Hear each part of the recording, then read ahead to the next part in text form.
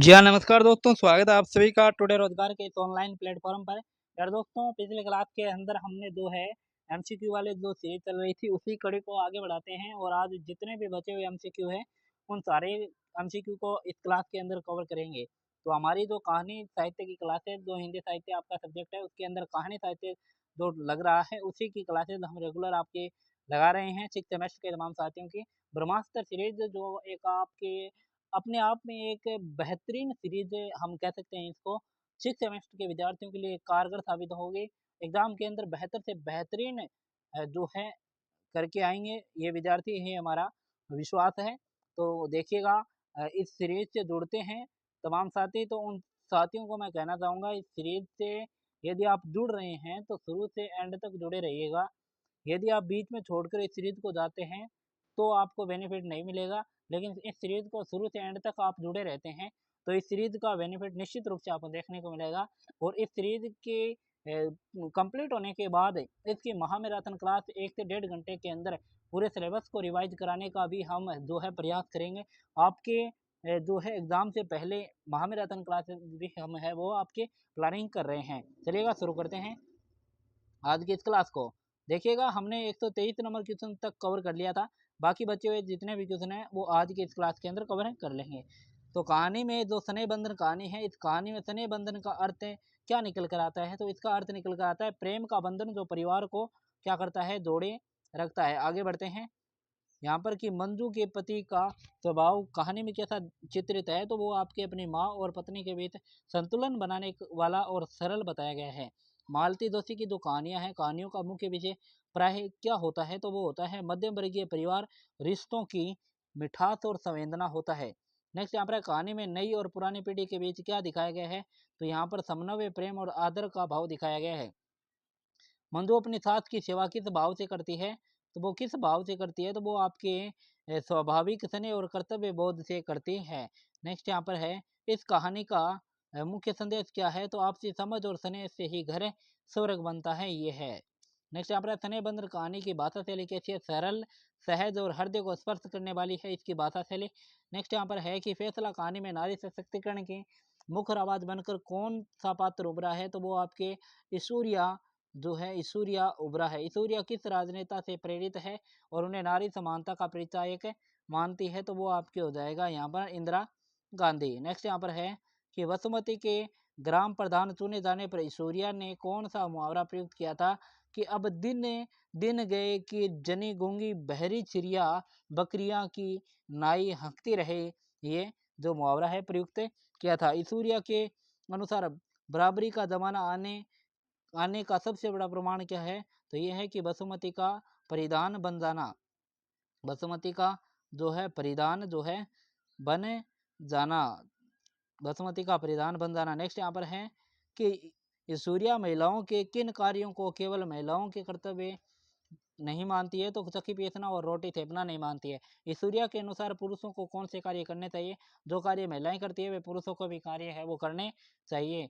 आगे नेक्स्ट यहाँ पर है कि सुन ले सुनाने के लिए ही कह रहे हैं हम, ऐश्वर्या की ये बात किसे सुनाकर कह रही है, तो रणवीर को। नेक्स्ट यहाँ पर ऐश्वर्या के अनुसार आने वाले समय में वसुमती क्या कार्य करेगी, तो कागज लिखेगी, हुक्म चलाएगी और राज करेगी। नेक्स्ट यहाँ पर है, नेक्स्ट यहाँ पर क्या है, यहाँ पर देखिएगा कि रणवीर एक दिन चाकी पीसेगा, रोटी थापेगा, ये कथन ऐश्वर्या की किस सोच को दर्शाता है, तो स्त्री पुरुष के बीच श्रम का सम्मान, विभाजन और सत्ता परिवर्तन को दर्शाता है। ऐश्वर्या के चरित्र की मुख्य विशेषता जो है वो क्या है, वो है कि वह समय से आगे की बात करने वाली और निर्भीक महिला है।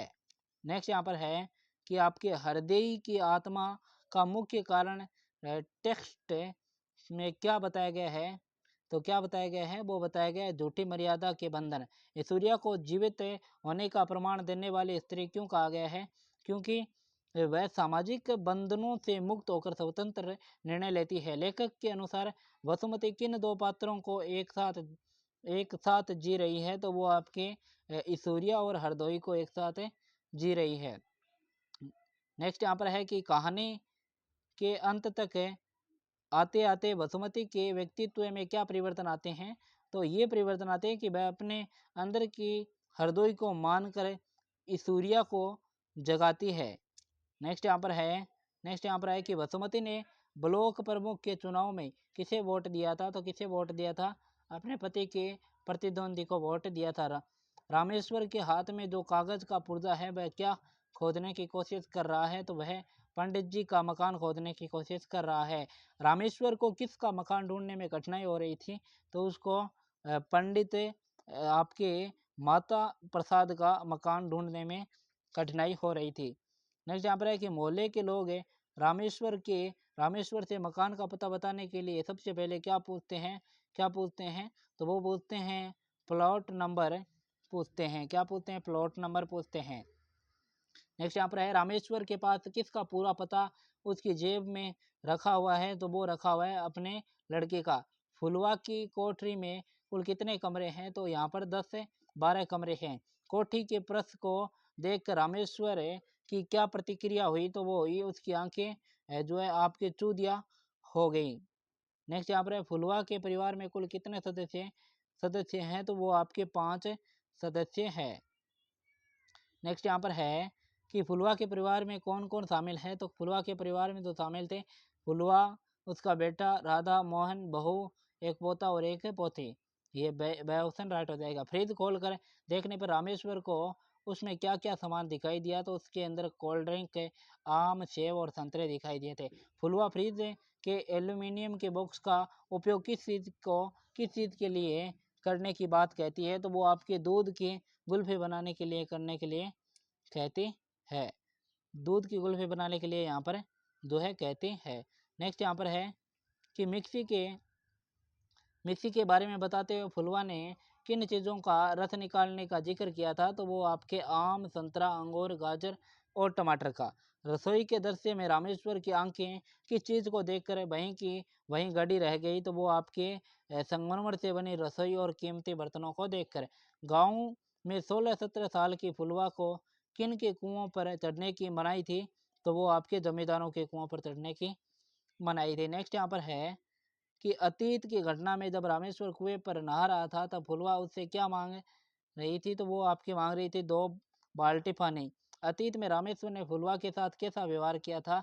तो वो किया था उसने फुलवा का मटका फोड़ दिया तथा उस पर जो है आपके थूक दिया था। उस पर क्या कर दिया था? थूक दिया था। तो ये आपके सारे के सारे जो एमसीक्यू वाले क्वेश्चन थे उनको हमने आज की इस क्लास के अंदर कवर कर लिया है।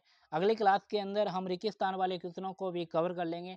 कोशिश कर रहे थे कि आज ही इन रेगिस्तान वाले क्वेश्चनों को भी आपको करवा दिया जाए, लेकिन समय के अभाव के कारण आज ये नहीं हो पाएगी। इतने ही जो आपके क्वेश्चन थे आपके एमसीक्यू वाले उन सभी को कवर करवाया है। बाकी नेक्स्ट क्लास के अंदर हम रेगिस्तान वाले क्वेश्चनों को भी कवर करवा देंगे। उम्मीद करते हैं आपको क्लास अच्छी लगी होगी। क्लास अच्छी लगी है तो वीडियो को लाइक कर दीजिएगा। चैनल पर पहली बार विजिट किया है सब्सक्राइब कर दीजिएगा। मिलेंगे अगली क्लास में, तब तक के लिए जय हिंद जय भारत।